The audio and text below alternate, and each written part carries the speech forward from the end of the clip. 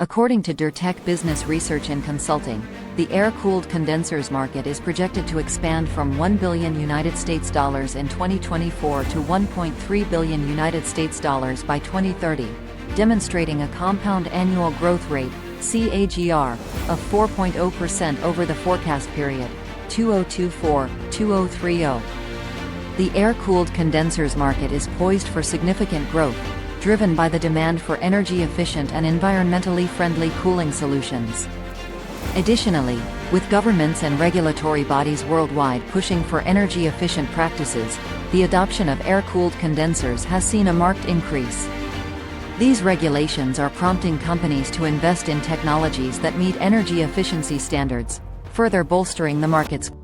What if I told you the next geopolitical battle isn't over oil, it isn't over semiconductors, and it isn't even over artificial intelligence? It's over something almost nobody talks about: the cooling system inside power plants. Today, one procurement decision in India could influence billions of dollars in manufacturing investment, energy security, global supply chains, and industrial sovereignty. Because when countries build infrastructure, they are also deciding who controls the future. Hi, this is Indraneel and welcome to the Spotlight Media and Technology, where we decode the world's biggest business, policy and sustainability stories through the ESG lens.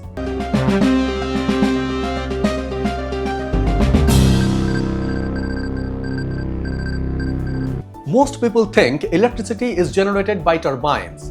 That's only half the story. Every thermal power station also needs an efficient cooling system. One of the most advanced technologies used today is the Air-Cooled Condenser or ACC. Unlike traditional cooling towers that consume enormous quantities of water, ACC systems use air to condense steam back into water. This dramatically reduces water consumption. In countries facing increasing water stress, this technology has become strategically important. Now consider this. India plans to add around 80 gigawatt of new thermal power capacity over the coming years. Industry estimates suggest this expansion could require nearly 100 new ACC systems. This represents billions of dollars in engineering and manufacturing opportunities, which is why this debate has become so important. Several leading Indian manufacturers including Paharpur Cooling Towers, Enexio Power Cooling and Holtec Asia have approached India's Prime Minister's office, the Ministry of Power and the Department for Promotion of Industry and Internal Trade. Their request is straightforward: review a recent exemption that allows suppliers from countries sharing a land border with India, including China, to participate in procurement for air-cooled condenser system in certain government thermal power projects. The exemption related to sourcing by BHEL for specific critical inputs.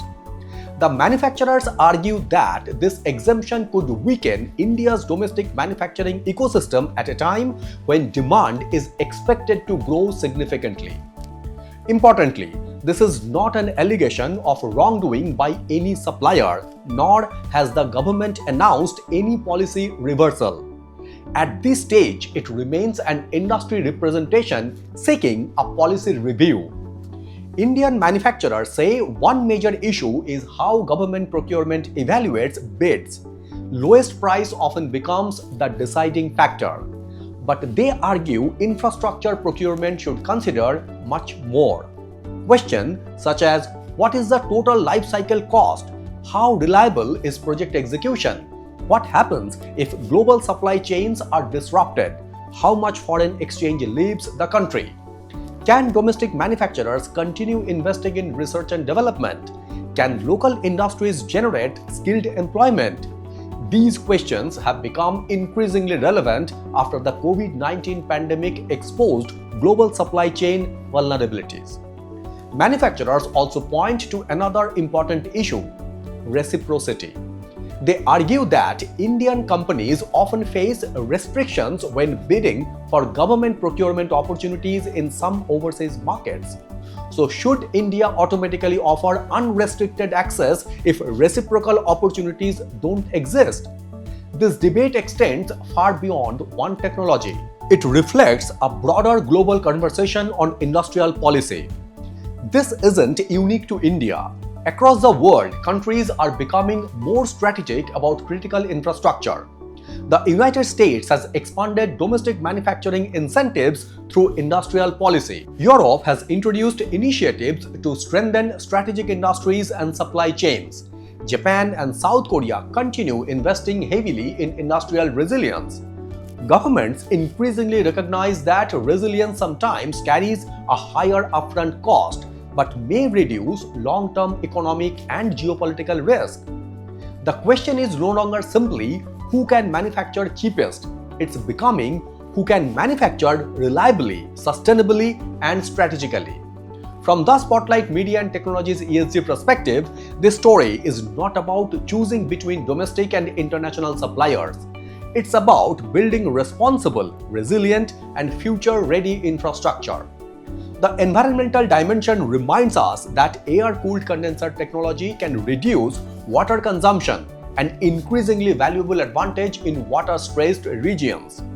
The social dimension highlights the importance of creating high-skilled manufacturing jobs, strengthening local industrial ecosystems, and supporting long-term economic development. And the governance dimension asks perhaps the most important question. Should public procurement focus only on the lowest upfront price, or should it also account for life cycle value, strategic resilience, transparency, reciprocity, and long-term national capability? These are governance decisions that will shape industrial competitiveness for decades. As countries compete for leadership in energy, manufacturing, and technology, infrastructure is becoming the new frontier of geopolitics. The winners won't necessarily be those who manufacture the cheapest. They will be those who build the most resilient, sustainable, transparent, and trusted industrial ecosystems. Because in the 21st century, energy security is industrial security. Industrial security is economic security. And increasingly, economic security is ESG security. This is exactly why we believe ESG is no longer just a reporting framework. It has become a strategic framework for governments, investors, and business worldwide. If you enjoyed this analysis, subscribe to the Spotlight Beyond Profession for more fact-based insights on ESG, global policy, business, technology, and sustainability. And if you are navigating energy transition, ESG strategy, manufacturing, or infrastructure transformation at your organization, we help companies with ESG strategy and communication. Link in the description. Until next time, stay informed, stay responsible, and keep looking beyond the headlines. Thank you very much for watching and signing it off.